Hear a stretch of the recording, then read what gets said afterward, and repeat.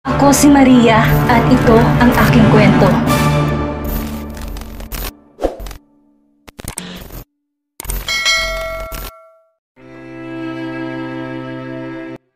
Maayos na naplano ni Bianca ang binabalak niyang pagpapatumba kay Elvira. Habang naglalakad siya, tinahanap ang anak ay nakita niyang kanyang target, kasamang boyfriend nito na si Daniel. Sa totoo lang, galit na galit siya sa babae dahil ang lakas ng loob nito para paasahin ng anak gayong may boyfriend na pala to. Palihim siyang lumapit sa mga to at pinakinggan ang usapan ng mga ito. Magkita na lang tayo mamaya? Tanong na sabi ni Elvira nang sabihin ni Daniel sa kanya. Yes, let's meet by the beach by 8 p.m. Yung tayong dalawa lang para sana, walang ibang tao. Napaisip si Elvira sa sinabi ni Daniel. Kalaunan ito manguna rin. Okay, text kita kapag papunta na ako. Pagkatapos marinig ni Bianca, ang bagay na yun ay umalis na kaagad siya. Malaki ang ngisi niya sa labi dahil sa narinig. Ang landi mo talaga, Elvira. Makikipagkita ka pa sa tabing dagat para lang doon? Iling na sabi ni Bianca at pinagpatuloy ang paghahanap sa kanyang anak. Mga ilang minuto lang sa wakas ay nahanap din niya ang kanyang anak na siyang kaagad nitong nilapitan para kausapin. Johannes, tawag niya sa anak na ikinalingon nito habang kasama sina Angelo at Bradley. What do you want, Mom? Walang buhay na tanong ng anak sa kanya. You know that Elvira has a boyfriend, right? So bakit mo pa pinagsisiksikan ng sarili mo sa kanya? Napatras sila Angelo at Bradley dahil sa sinabi ng kanilang tita sa kaibigan. Nakatunog kaagad sila na maaring ayaw na naman ang mangyari lalo na't kinukwento lang sa kanila ng kaibigan sa ginawa ng mami niya kaninang madaling araw lang. I don't care. Simpleng sagot ni Johannes na kinainis lalo ni Bianca. Anong I don't care? Magpapakatanga ka para lang sa babaeng yun. Nahihibang ka na? Ikaw ang nahihibang, Mom. Agad na sagot ni Johannes na ikinatigil ng ina. You keep on pushing me to Patricia. Alam ko alam niyo na hindi ko siya mahal kahit pa may anak kami. Now, alam ko ng buhay si Elvira na pinalabas mong patay na. Hindi ako papayag na mawala pa siya sa akin. Nagkatinginan si Angelo at Bradley dahil sa mahabang sinabi ni Johannes at palihim na nag-appear ang dalawa. Oh, what? Ako pa rin ang mommy mo. Hindi na kinaya ni Johannes ang kanyang ina. Habang tumatagal ay nakikita niyang totoong ugalin to at hindi niya nagugustuhan. Buong buhay niya ibinuhos niya sa pagtatrabaho para lang mabigyan ng magandang buhay ang ina. Tapos itong kaligayahan niya lang ang tanging hiling niya, hindi pa nito mapagbigyan. Ayaw na niyang makipagtalo dito dahil alam niyang hindi naman siya nito pakakinggan. Napatingin lang siya sa paligid at sakto nakita niya si Elvira. Elvira! Pagkatawag niya sa babaeng mag-isa ngayon ay iniwan na niyang mga kasama. Johannes! Tawag pa ni Bianca sa anak, ngunit hindi siya nito pinansin. Ah! Inis na reaksyon niya. Napatingin siya kila Angelo at Bradley na kaagad na patras at nag-iwas ng tingin. Una na kami tita, meron pa po kaming gagawin. Sabi ni Angelo at kaagad na tinulak si Bradley. Paalis doon na hindi na hinintay ang sagot ni Bianca. Hinayaan niyang dalawa dahil inis pa rin siya kay Elvira. Kinuha niyang kanyang cellphone at tumawag sa mga taong inutusan niya. Handa na ba kayo? Bago mag-8 dapat nandun na kayo. Yes, madam. Kami nang bahala. Nakahinga ng maluwag si Bianca sa kanyang narinig at tila nabunutan ng tinig. Kung na-stress siya kanina, ngayon hindi na dahil alam niyang mawawala na sa kanyang landas ang babae. Good! Kapag nagawa niyang pinag-uutos ko, dodoblihin kong bayad sa inyo. Yun, salamat madam. Nang ibaba ni Bianca ang tawag ay maluwag na siyang nakahinga ng maayos. Meron na siyang ngiti sa labi at umalis doon na tila walang nangyari. Hindi alam ni Elvira ang gagawin na sunod-sunod sa kanya ni Johannes. Pilit siya nitong sinasama sa restaurant kahit nakakain niya lang kasama si Daniel. Kakahiwalay lang kasi nilang dalawa kaya nahihiya naman siyang tawagin ito upang tulungan siya. What do you want? Masarap ang foods dito, sabi ni Johannes habang nakatingin sa menu. I know, kakakain lang namin dito ni Daniel. Pabalik na dapat ako sa unit ko eh. Natigilan si Johannes sa sinabi ni Elvira. Ngunit nagpatuloy muli sa pagtingin sa menu. I don't care, kumain ka ulit. Namamayat ka na. Pagkasabi ni Johannes noon ay siya nang umorder sa waiter na naghihintay sa kanila na siyang ikinailing naman ni Elvira. Wala na siyang magagawa, nag-order na to eh. Dahil naman doon ay mas lalo siyang nahulog sa lalaki. Alam niyang nagsasalas nito kay Daniel na siyang plano naman niya talaga. Na-realize niya na wag patagalin ang pagpapasala sa lalaki, lalo na't kinausap siya ni Daniel kanina. Like, paano daw kung sa kanya yun gawin? Syempre, ayaw niya. Mali ang ginagawa niya kaya ayaw niyang bumalik sa kanya yon. Pero aamin lang siya sa lalaki sa oras na gumising ng anak.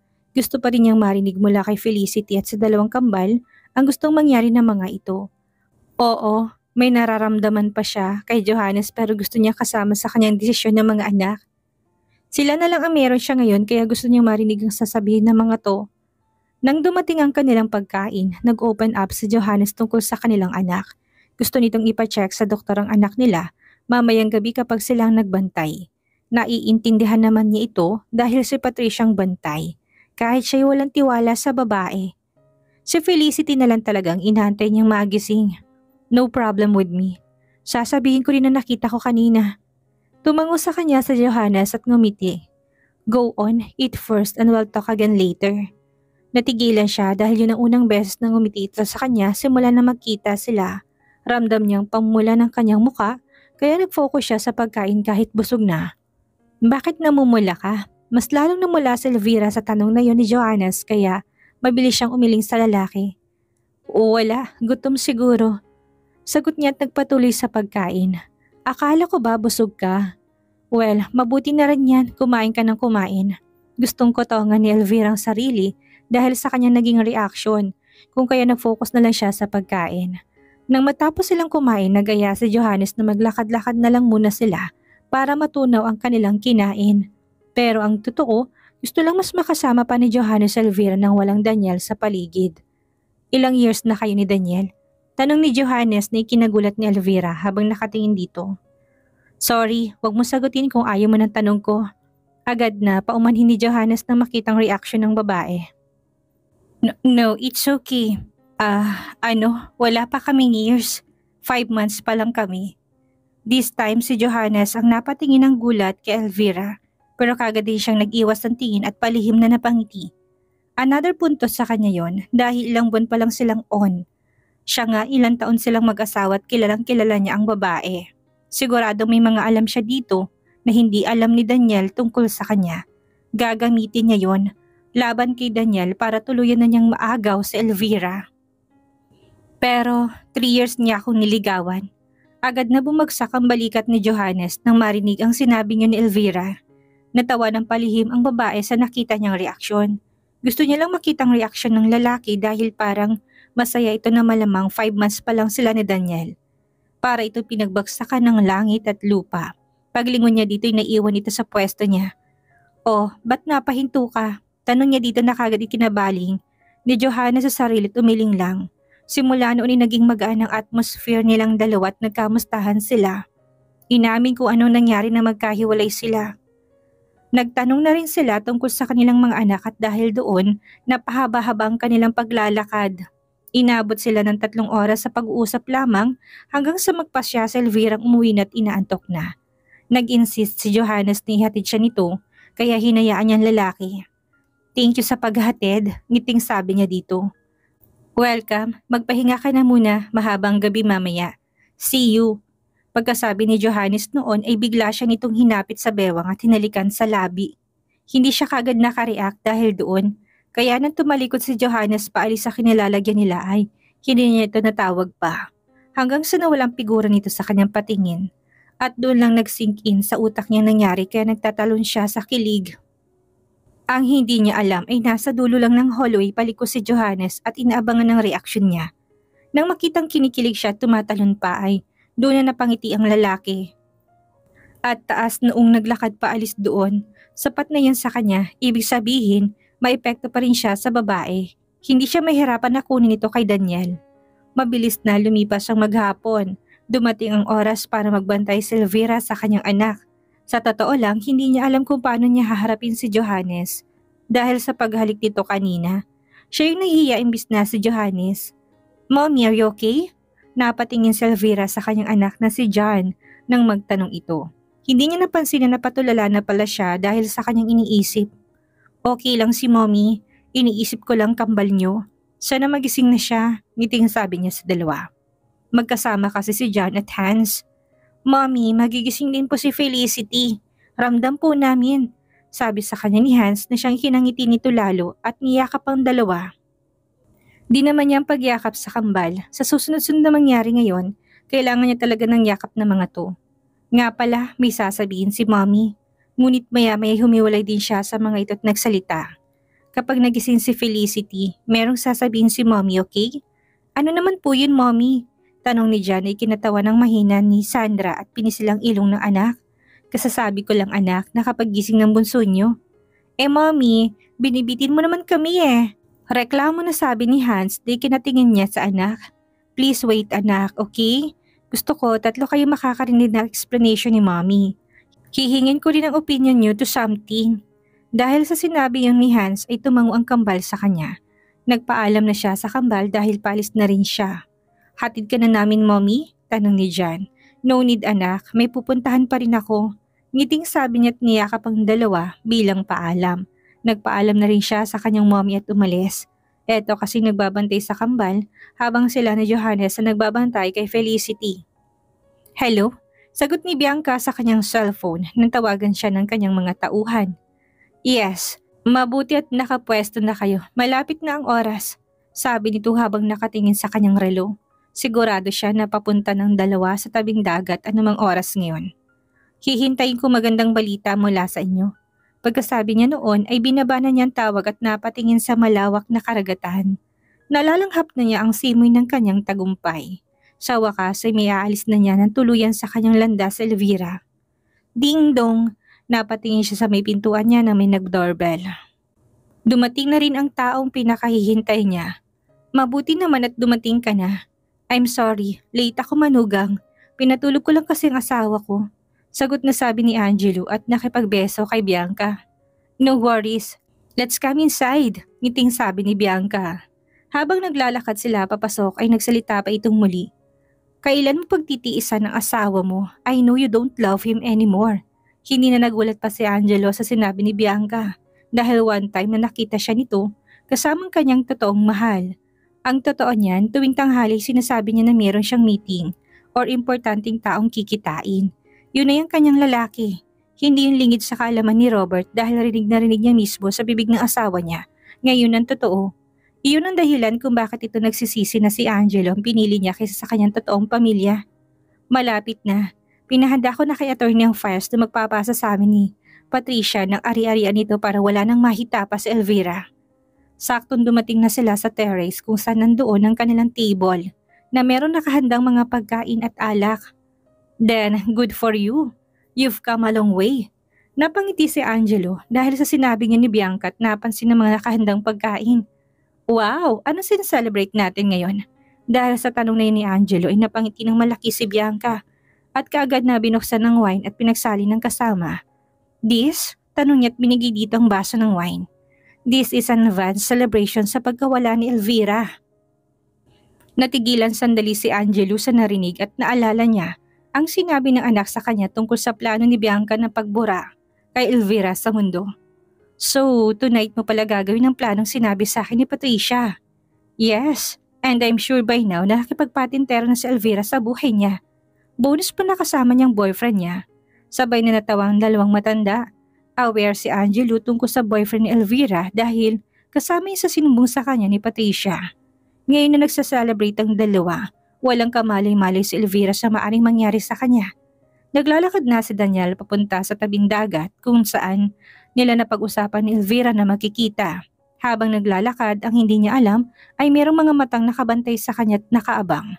Wala pa si Elvira nang dumating siya doon, kung kaya naghintay na muna siya. Nasaan na yung Elvira? Target natin hindi ba? Mahinang tanong ng isang lalaki sa kasama nito. Baka papunta na, naghihintay siya kaya hintay natin paparating na yon. Kanina pa naghihintay ang mga tauhan na inutusan ni Bianca sa pagdating ni Elvira, ngunit hindi pa rin ito dumarating. Bakit wala pa rin? Tanong ng isa sa kasamahan niya na ikinakibig balikat lang nito. Saktong nakita nila si Daniel na tumingin sa relo nito at napapaili na nagsalita. Ang tagal naman. Narinig din nila sinabi ni Daniel kung kaya nagkatingin na sila at nagtanguan. Ibig sabihin, darating nga si Elvira ngunit wala pa to. Dahil doon inagantay pa sila, ngunit lumipas ang ilang pang minuto ay wala pa rin ang babae. Samantalang si Daniel naman hindi na nakatiis at tumayo mula sa kanyang kinaupang buhangin at pinagpag ang kanyang pangupo. Heist, ang tagal, reklamong sabi nito habang naguunat. Paano yan? Hindi yata darating si Elvira. Tanong ng isa sa kasamahan nito. Sasagot na sana dito si Daniel ang sumagot. Hindi talaga siya darating dahil kayong hinihintay kong lumapit sa akin kanina pa. Natigilan ng mga ito sa sinabi ni Daniel at walang nagawa ko hindang lumabas mula sa pinagtataguan nila. Paano nangyaring alam mong nandito kami? Tanong sa kanya ng isang lalaki na malaki ang katawan. Nasa 10 mga ito at pinalibutan na nila ngayon si Daniel. Palihim na pinagmasdan ni Daniel ang mga lalaki na nakakapalibot sa kanya at lahat silang malalaki ang katawan. Hindi lang yun dahil meron pa tong dalang mga kutsilyo na hinugot mula sa kanilang bewang. Sa isip ni Daniel ay masyadong carefree mga to, lalo na't sumugod ito doon nang wala man lang kahit na anong takip sa kanilang muka. Kitang-kita niyang mga mukha ng mga ito ay matandain pa naman siya. Masyado atang kampante mga ito na matatalo siya at magagawang plano nila. Napangisi siya dahil doon bago sumagot. Simple lang, panimulang sabi ni Daniel at kinuwento sa mga itong nangyari kaninang umaga. Nung panahong lumapit si Bianca sa kanilang dalawa ay napansin niya ni Daniel. Hindi niya kilalang babae ngunit ramdam niya na merong kakaiba dito kung kayang ginawa niya binago niyang oras na dapat magkikita sila. Nang makita niyang umalis kagad ang babae na marinig ang usapan nilang iyon ay doon niya lang nasiguro na nakikinig nga ito. Dahil doon naalala niyang kwento sa kanya ni Elvira tungkol sa ina ni Johannes. Dahil mukha itong may katandaan at mukhang mayaman, yun agad ang pumasok sa isip niya. Sa huli, hindi niya ipinaalam kay Elvira kung anong nalaman niya. Ang ginawa niya pinaaga niya. Madaling araw na niya pinapunta si Elvira para tapos na niyang linisin ang kalat na mangyari pa lang. Yes, alam niyang mayroong masamang gagawin ng matanda. Lalo na't alam niyang galit ito kay Elvira. Kung nagawa nga nitong ipalabas na wala na siya, malamang kaya din itong tapusin ang buhay ni Elvira. Samantalang si Elvira naman ang sinabi niya sa kambal na pupuntahan niya ay walang iba kundi ang dalawa niyang kaibigan. Nalaman nila na aalis ang kanyang stepmother, kaya yun na ang chance na nakikita nila para kunin ang ama niya. Sa nakalipas na mga araw ay busy si Cara at Rachel sa pag-asikaso sa kaso ni isasampa nila laban dito pati si Patricia at Bianca doon. Wala siyang pakialam kung magagalit si Johanna sa gagawin niya sa ina nito. Pero ayaw na niyang maulit ang nangyari na kamuntikan na siyang mapahamak dahil kay Patricia. Sa lalang madaling panahon, kailangan niyang makasuhan ng mga to. Wala na, mahinang sabi ni Rachel sa kanyang cellphone. Kausap sila Cara at Elvira. Magkakasama silang tatlo sa planong yon. Si Cara ang siyang lookout na kasama ni Elvira at katulong niya habang si Rachel naman ang nakatingin sa CCTV na nag-access nila sa tulong ni Daniel. Yes, alam ni Daniel ang tungkol sa gagawin nila. Yun na rin ang dahilan kung bakit sinakto ni Daniel na magiging busy sila Elvira sa pagkikita kila. Nang inutusan ni Bianca, si Daniel kasi ang siyang anak ng may-ari ng hotel na tinutuluyan nila. Nung una nga hindi makapaniwala si Elvira, pero kalaunan ay natanggap niya na rin at tinulungan sila nito para makuha ang ama. Nang makapasok sa loob si Elvira ay kagad niya nakitang ama sa kwarto nito. Daddy, mahinang tawag niya dito ikinagulat ng ama. Elvira, anong ginagawa mo dito? Paano ka nakapasok? Nagtatakang tanong ng ama sa mahinang paraan dahil baka merong makarinig sa kanya at sabihin naka-recover na siya. Hindi na mahalaga yun sa ngayon, Daddy. Ang mahalaga ay maitakas ka namin dito. Hindi ka na safe sa kanila, Daddy. Habang sinasabi ni Elvira yun at tinutulungan niyang ama na bumangon sa hinigaan nito, meron na lakas si Robert at kaya na niyang tumayo mag-isa dahil na rin sa tulong ng kanyang therapy. Pero syempre, kailangan niyang magpanggap sa harap ng kinakasama ngayon at dahil nga meron din siyang sariling plano hindi kaagad siya papayag sa gusto ng anak. What do you mean, anak? Hindi pa ako pwedeng umalis dito. Napailing naman si Elvira dahil sa sinabi ng ama. Patricia tried to get rid of me, Daddy. Pinasundan niya ako sa 3 lalaki na siyang namukaan ko na kamukha sa mga anak ko noon. Kaya ako rin nalaman na si Patricia may kagagawan. Siya naman ang nag-utos noon na kunin sana mga anak ko. Mabuti at nahabol ko. Natigilan si Robert sa sinabi ng anak at hindi nakapagsalita. Dahil doon ay inalalay na kagad ni Elvira ang ama paupo sa wheelchair na dala niya. Paano sila nakapasok sa loob? Siyempre sa tulong pa rin ni Daniel. Nang maisakay na niyang ama sa wheelchair, umalis na sila doon. Habang papalabas sila ng unit nito ay nagsilita ang ama na siyang ikinahinto ni Elvira. I'm sorry anak, ako nagdala ng kapahamakan sa'yo. Ako ang sumira ng masaya nating pamilya. Masyado ako nagpadala sa tukso noong kabataan ko. Tumulang luha ni Robert habang bumabalik sa kanyang isipan ang mga panahon na masaya pa silang tatlo kasama si Edna. Kay Edna nagmulang pangalang Elvira, na si Robert mismo ang pumili dahil sigurado siyang kamukhang kamukha nito ang dating asawa kapag lumaki ang anak. Hindi naman siya nagkamali dahil lumaking maganda, mabait at masipag na babae si Elvira at kamukha nga ni Edna. Nang makita niya muling anak pagkatapos ng 6 na taon, tila nagkaroon ng liwanag ang madilim niyang mundo. Buong akala niya kasi wala na talagang anak niya na siyang nag-iisa na lang nakakampi niya. Kaya nga napapatanong siya sa Diyos kung bakit ang tagal siyang kunin ito. Like anong purpose niya sa buhay, hindi ba? Hanggang sa nagpakita muling anak niya at doon siya gumaling. Isang anghel ang turing niya sa anak doon pa man nang dumating ito sa buhay nila ni Edna. At ngayon literal na naging anghel ito sa kanya dahil sa mga nangyari. Si Elvira naman hindi na rin napigilan ang pagtulo ng luha niya dahil doon at lumuhod sa harap ng ama para makapantay ito. Daddy, kung ano man ho ang nangyari noon ay tapos na. Hindi na natin maibabalik pa. Ang tanging na lang natin mababago ay ang ngayon. At ngayon na may chance na tayong mabuo ulit, siguro naman itatama mo ng lahat, hindi ba? Nakaiting sabi ni Elvira habang tumutulong luha niya at hinihimas ang kamay ng ama. Dahil din doon ay biglang naalala ni Robert ang dating asawang si Edna. Sa totoo lang, simula na ma-stroke siya ay si Edna ang nasa puso niya. Ang pag-aalaga sa kanya ni Angelo hindi katulad ng pag-aalaga ng kanyang tunay na asawa. Hinahanap-hanap niyang asawa ngayon na baldado na siya. Hindi man lang siya makakilos o makapagsalita. Lahat tiniis niya, lahat narinig niya, lahat nalaman niya. Sa Edna pa rin talagang laman ng puso niya. Talagang nadala lang siya ng tukso kay Angelo. Nasaan ang mami mo? Tanong niya dito ni kinangiti ng malaki ni Elvira. Makikita mo rin siya daddy basta sumama ka sa akin, okay? Dahil doon tumango ito at umalis na sila doon. Naging successful ang pagkuha nila kay Robert at pinatuloy nila ito sa isang unit na binigay sa kanila ni Daniel. Safe na ngayon ang daddy niya. Pwede na nilang simulan ng kaso pero meron pang kulang. Ang magising si Felicity.